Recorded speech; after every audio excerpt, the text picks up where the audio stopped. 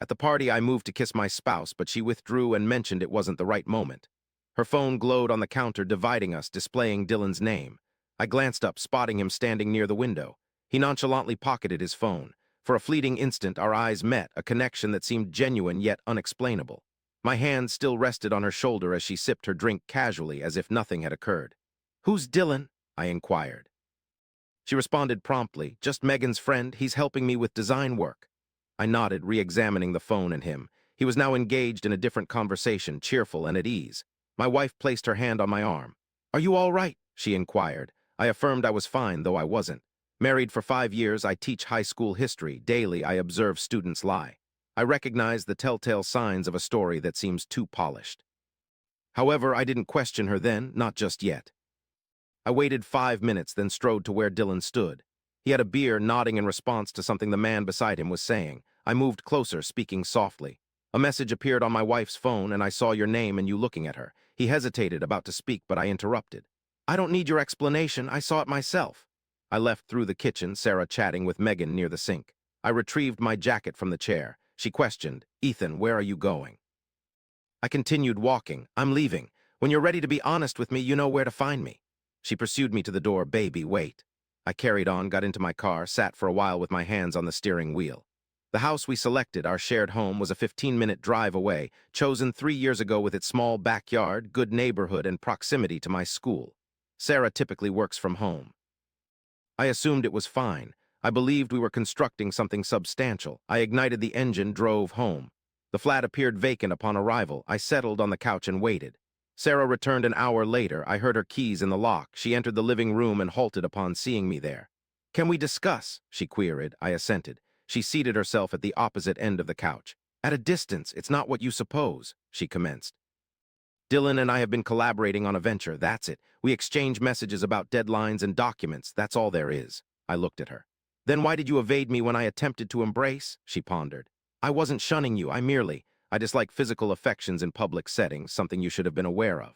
"I wasn't aware. We've shared such moments at social gatherings before. However, I desired this to mean nothing. Show me the messages," I asserted. She hesitated before unlocking her phone and passing it over. I perused the conversation thread with Dylan. "Work-related matters, that's all." Deadlines and jests devoid of suspicion, that was what the messages conveyed. I scrutinized them once more, twice over. Eventually, I returned the device. "All right," I conceded. She visibly relaxed. "I'm sorry for causing any misunderstanding. There's nothing untoward happening, I assure you." Perhaps my unease was unfounded. Perhaps it was just an innocuous exchange. What escaped my notice was the emptied trash folder, the erased messages. She had tidied up 20 minutes prior to my arrival home. For nearly a week, things appeared ordinary. Sarah was present when I returned from school that day. We dined together, watched television, and she even attended the school play on Friday night, settling in the 3rd row. My initial apprehensions began to wane. I questioned if I had overreacted, if perhaps I was perceiving issues that didn't exist. However, on the following Tuesday, duty called after a basketball game.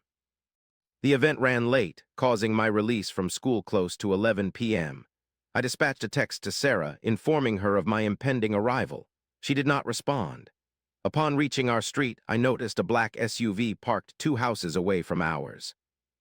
I didn't recognize the visitor. Upon returning to our driveway and briefly staring at it through the rearview mirror, I ascended the stairs. Sarah lounged on the couch, engrossed in her laptop. She greeted me with a casual "hey."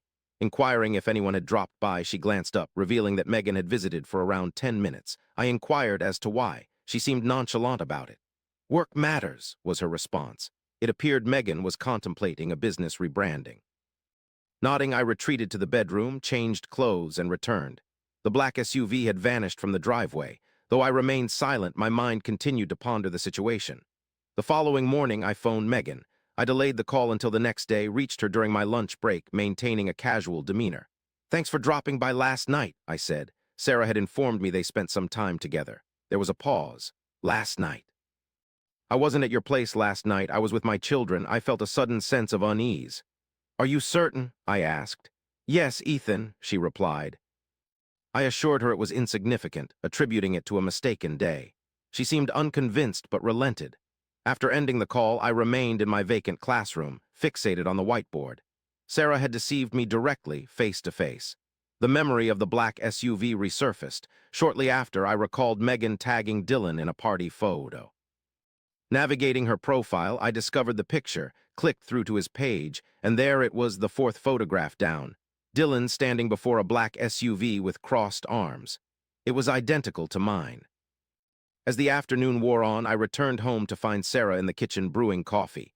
Without shouting or raising my voice, I declared Megan's statement that she wasn't at last night's gathering. "It was Dylan," I revealed calmly. Her complexion drained of color. She opened her mouth, then closed it. "I have an explanation," she finally murmured. I halted her with a raised hand. "I don't want an explanation. You had the opportunity to be honest, and instead you chose to erase messages and continue deceiving." She moved towards me. "I can explain," she repeated weakly. "Ethan, I've made a decision. I've asked you to leave and stay at your mother's place tonight. I need our apartment to be empty so I can clear my thoughts. You look taken aback. I guess I was kicking you out as you perceived it. But I clarified that I wasn't kicking you out, rather asking you to leave." She hesitated for a moment before going into the bedroom. After some time, she emerged with a duffel bag and stopped at the door.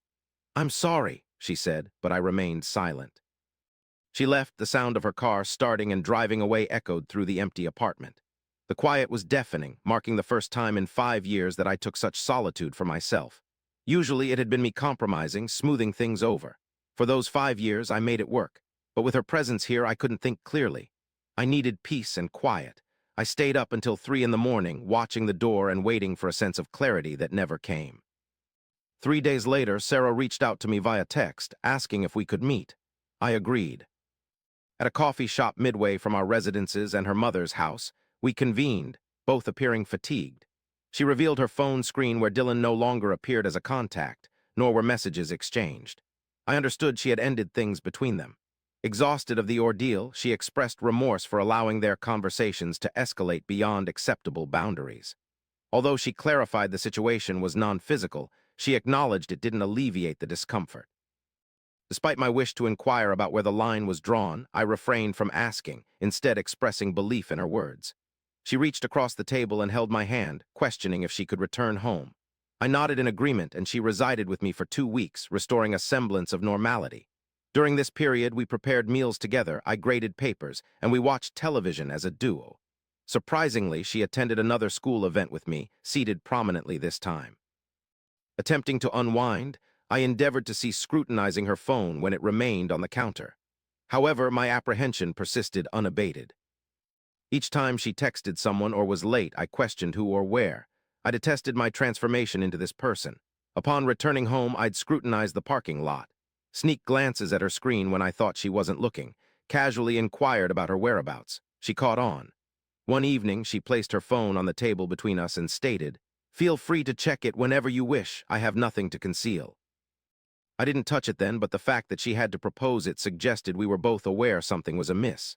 She claimed their interactions never went beyond chatting. I wanted to trust her, but certain inconsistencies troubled me. Why would Dylan drive to our apartment at 11 p.m. for a conversation?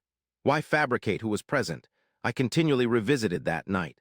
The black SUV, the odd timing, and her account of events. At school, I could concentrate on lesson planning and marking. However, as soon as I arrived home, my mind filled with questions and doubt once more. One evening, upon returning home, her laptop was left open on the table. She was in the shower. I hesitated there, contemplating it, my hand almost reaching for the keyboard before I withdrew. Instead, I moved to the bedroom and seated myself at the bed's edge. This wasn't my character, never had been. Yet I couldn't shake off the suspicion that she was still concealing something, not all of it, just the one crucial truth. 3 weeks following her return home, Megan organized another party. Sarah didn't seem enthusiastic about attending. I sensed her reluctance but suggested we go anyway, arguing it would be beneficial for us to engage in a normal activity. She consented. Megan assured us that Dylan wouldn't be present. She claimed to have ensured it. We arrived at the party around 8 o'clock. Sarah remained close by my side throughout our interaction with others and consumption of drinks, making the evening feel somewhat bearable. However, around 9:30 p.m., I needed to use the restroom. Upon exiting the bathroom, I encountered him, Dylan, conversing with an unfamiliar individual near the kitchen door. It was evident he had arrived with someone else. I headed back to the central room, but then heard a voice call Dylan's name. I halted my steps. The person Dylan was speaking to asked, "So you've broken things off then?" Dylan confirmed with a nod. "Yes." It appeared her marriage had ended due to unavoidable circumstances. The other man chuckled, stating he had warned this would happen. Dylan muttered something indistinct, but I couldn't make it out clearly, yet the implications were clear enough. Upon entering the main room, I spotted Sarah by the window. She glanced up when I approached. There was a moment of silence before I spoke softly. "There's something I must share with you." She set her phone aside and inquired, "What's wrong?" I looked at her, then disclosed, "Dylan is here. I heard him conversing in the hallway just now." A wave of paleness washed over Sarah's face, and she expressed surprise, stating that Dylan's arrival was unexpected. I tried to explain, raising my hand. "You said it was just talk, but it seems things have taken a more serious turn." She stood frozen, seemingly unable to respond. You asserted there was no physical incident, but she hesitated before confessing. "It did just once." After that car incident, I informed them it wouldn't happen again. A sense of cold certainty filled me, not anger or shock, just understanding. "You lied when you said it was merely talking," I accused. She nodded, tears streaming down her face without a sound. "I'm sorry," she murmured. "I didn't know how to tell you." I gazed at her for a while before saying, "We're leaving. Tonight I will sleep on the couch, and tomorrow I'll call a lawyer." She nodded again. We left the party without bidding farewell to anyone, driving home in quietude. The divorce took 4 months. Sarah didn't contest it. 2 weeks after I filed, she moved out permanently to stay with her mother. We divided our assets equally. No fights, no lawyers arguing. 2 individuals who failed to return home. I retained the flat. She claimed most of the furnishings. It proved simpler that way. I procured a fresh couch bed, began anew. 6 months have passed since then. I continue teaching at the same institution, occupy the identical classroom, attend to the same pupils with their similar inquiries. Last Monday, a student raised his hand during a lesson on the Civil War. Following my discussion of choices that altered history's trajectory, he inquired, "Mr. Cole, what was the most challenging decision anyone ever had to make?" I paused, pondered, then responded, "The one where you are aware of the correct response but wish you weren't." The room fell silent. Some students nodded as if comprehending. Perhaps they did, perhaps they didn't. I smiled. "All right, turn to chapter 12 in your textbooks." 20 minutes later, the bell chimed. Students departed. I wiped the board, gathered my belongings left for my car, arrived home to an unoccupied dwelling. Yet this time I had chosen it, and somehow that sufficed.